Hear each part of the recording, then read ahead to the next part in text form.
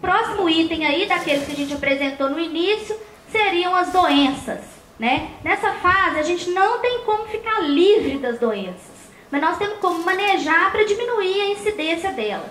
Não foi por acaso que eu coloquei essa foto aí, né, ilustrando uma diarreia, porque nessa fase inicial, realmente, as diarreias ocorrem de forma muito intensiva. Mas antes de começar a falar em doenças, eu vou falar um pouquinho aí, vou mostrar. Bom, por que eu estou mostrando esse filme aí para vocês?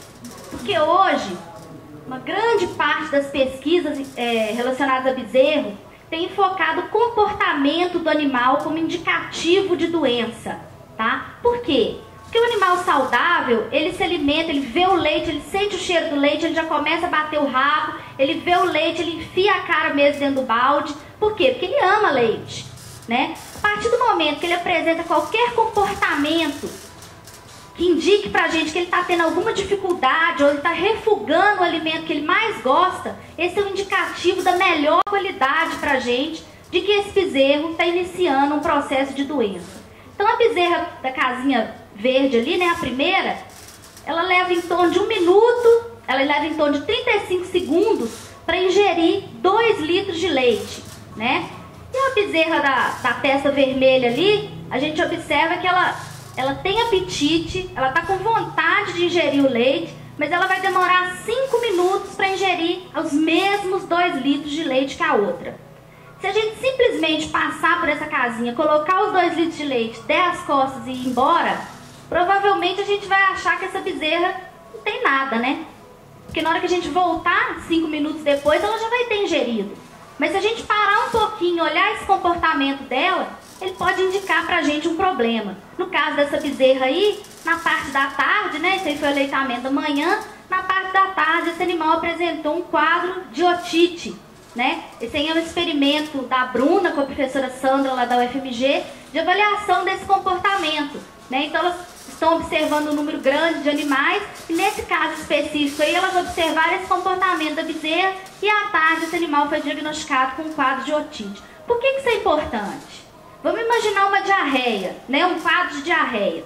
Então a gente passa ali na casinha, às vezes tem um pouquinho de fezes amolecidas, mas esse animal ainda não está num quadro agudo, numa diarreia severa. Se a gente observa esse animal no aleitamento da manhã e ele apresenta um comportamento desse, a gente já inicia aí 2 horas após o aleitamento o fornecimento de uma solução hidroeletrolítica, uma solução de reidratação oral. Se a gente fizer isso, muito provavelmente no dia seguinte, essa bezerra vai estar zerada. A diarreia nem pra frente vai. Mas se a gente não observar ela ali, de tarde a gente der o leite de novo, no outro dia provavelmente ela já vai estar com uma diarreia severa. E aí a nossa chance de recuperar esse animal e de ter esse animal sem nenhuma sequela futura é menor. Tá? Então por isso que a gente tem que estar de olho. Quem lida com bezerro tem que estar olhando o tempo todo. Bezerro é criança, é igual menino, né? A gente não está sempre atento com as crianças para ver se tá começando um quadro de dor de garganta, de não sei o que, a gente fica o tempo inteiro alerta. Com bezerro tem que ser igual, né? Porque é a fase de mais ocorrência de doenças. Bom, vou passar para frente aí, mas vocês podem acreditar que são 5 minutos. Bom, então isso aí só a gente já falou um pouco, né? Mas os principais problemas de saúde que acometem as bezerras, em primeiro lugar as diarreias, né? Representando em torno de 60%, seguido pelas doenças respiratórias. Em terceiro lugar, essas outras eu coloquei de propósito para a gente falar um pouquinho aí sobre as infecções umbilicais, né? Às vezes a gente dá muito pouca importância para a cura do umbigo, é outra coisa simplérrima de fazer, né? Uma solução de iodo 10%, 3 dias consecutivos, e muitas fazendas negligenciam isso, né? E lá na frente, um dia, essa bezerra morre, né? E a gente fala, morreu e passou a vida inteira sem dar a quantidade de leite que a gente imaginava que ela poderia dar em função da genética dela, né? Um animal de alta qualidade, e a gente nunca entendeu, né, por que ela não atingiu esse potencial todo. E aí na hora que a gente faz uma necrópsia, tem um abscesso hepático enorme lá no fígado desse animal, né? O Renato falou na palestra dele, o fígado é o coração da vaca, né? Se a gente tem esse coração comprometido em função de um problema que a bezerra teve lá na frente, lá na fase de criação dela, ela nunca vai expressar mesmo esse potencial todo de produção de leite que a gente achou que ela tinha, tá? Então isso aí só para reforçar essa importância que a gente tem que dar no manejo dessa fase inicial. Então, o que a gente tem que fazer para minimizar a ocorrência de doenças? Primeira coisa, assumir que doenças de bezerros são agudas e súbitas. Não adianta falar assim, mas ontem essa bezerra estava ótima. Não, você tinha que saber como é que ela estava meia hora atrás, né? Tinha que estar olhando ela sempre. Por quê? Porque as coisas acontecem muito rápido. Sinais clínicos podem ser pouco perceptíveis. Mais uma vez, o que leva a gente a ter que observar constantemente as bezerras. Evitar falhas na transferência de imunidade passiva, na colostragem, já falamos bastante sobre isso. Em caso de doenças onde a gente observar a desidratação, principalmente no caso das diarreias, a gente tem que fornecer o mais rápido possível uma fonte altamente disponível de água, eletrólitos e nutrientes. O que é isso? É o que a gente chama de soro, né? De soro oral, para fornecer para os bezerros. Nesse ponto aí, só fazer duas observações. Primeira coisa, soro caseiro de menino não adianta para bezerro. Tá? Aquela mistura de sal e açúcar não adianta para o bezerro. Por quê? Porque ele não tem enzimas que digerem a sacarose. O açúcar da cana é a sacarose. Não adianta a gente dar essa mistura, a gente vai provavelmente piorar o quadro de diarreia desse bezerro, porque esse açúcar vai acumular no intestino, vai atrair água e vai aumentar a severidade da diarreia, né?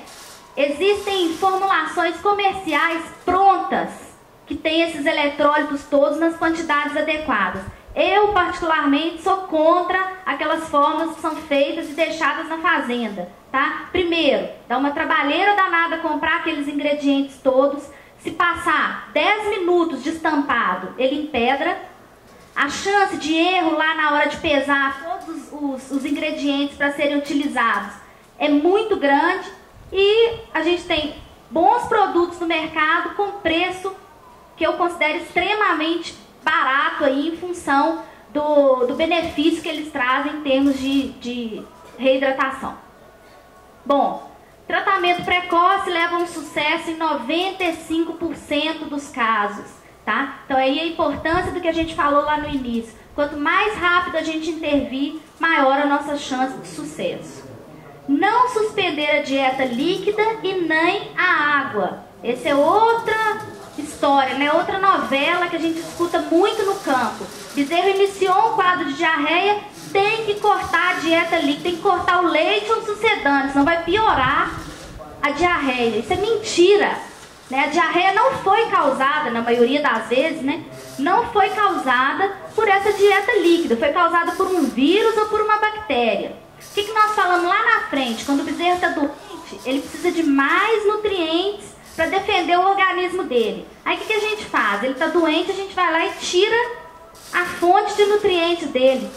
Nós vamos piorar esse quadro, nós vamos aumentar a severidade da perda de peso desse animal e dificultar a recuperação, tá? Então não suspender. Se esse animal estiver se alimentando, ótimo, né? A gente tem que inclusive estimular ele a se alimentar enquanto ele estiver doente.